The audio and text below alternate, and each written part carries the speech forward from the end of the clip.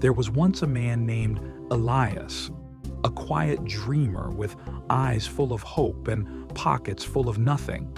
From the outside, he looked ordinary, but inside him, a fire burned, small, flickering, but impossible to extinguish.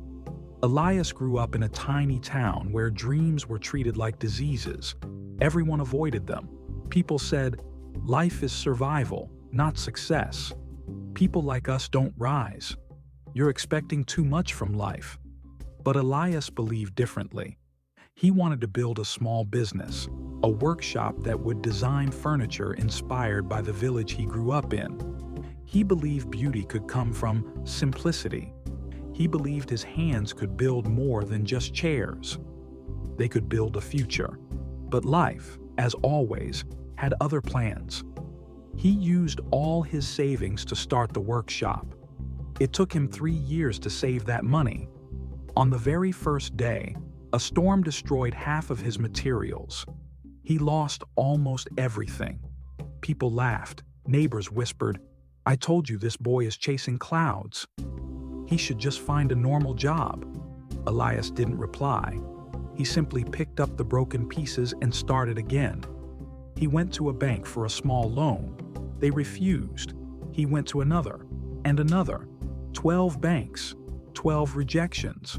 One manager even told him, "Your idea is too small for success and too big for someone like you." Those words cut him deeply, but they did not kill him.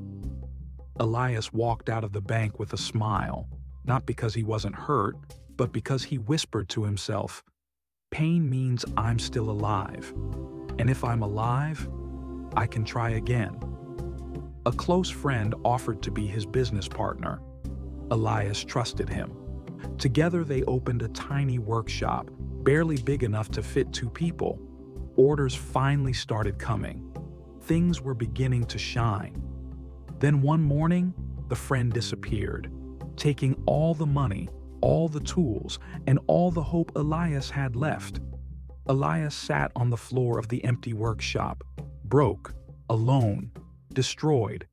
He cried for the first time in years, not because he failed, but because he thought maybe the world was right. Maybe he really wasn't meant for success. That evening, as he walked home, Elias passed by a small boy repairing a toy car. The boy looked up, smiled, and said, "One day I'll fix real cars, big ones." Elias stopped. He felt something shift inside him. Here was a child who had nothing. No money, no tools, no support, but had a dream the size of the sky. If this boy could believe in himself, why couldn't he? Elias wiped his tears and whispered, "Not today. Today I fight back." He started again, this time from absolute zero. He collected scrap wood from construction sites. He carved with broken tools. He worked under the hot sun, under the rain, through exhaustion and hunger. When people mocked him, he smiled. When they doubted him, he worked harder. When they insulted him, he used the pain as fuel. Slowly, piece by piece, day by day, he built his workshop again. A local restaurant saw his work and ordered 10 unique chairs. Then a hotel noticed. Then a tourist lodge. Within a year, Elias was hiring workers. Within 3 years, he owned the largest handcrafted furniture workshop in the region. People who once mocked him were now asking him for jobs.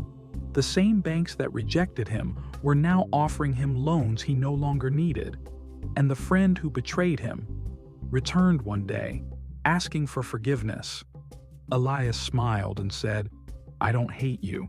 If you didn't break me, I would never have learned how strong I really am." On the lesson, Elias eventually became known as the man who refused to give up. But what made him unstoppable wasn't talent, not money, not luck. It was something simple. Every time life said stop, he whispered again. Every time he fell, he stood up one more time. Every time a door closed, he built his own door. And that was enough to change everything.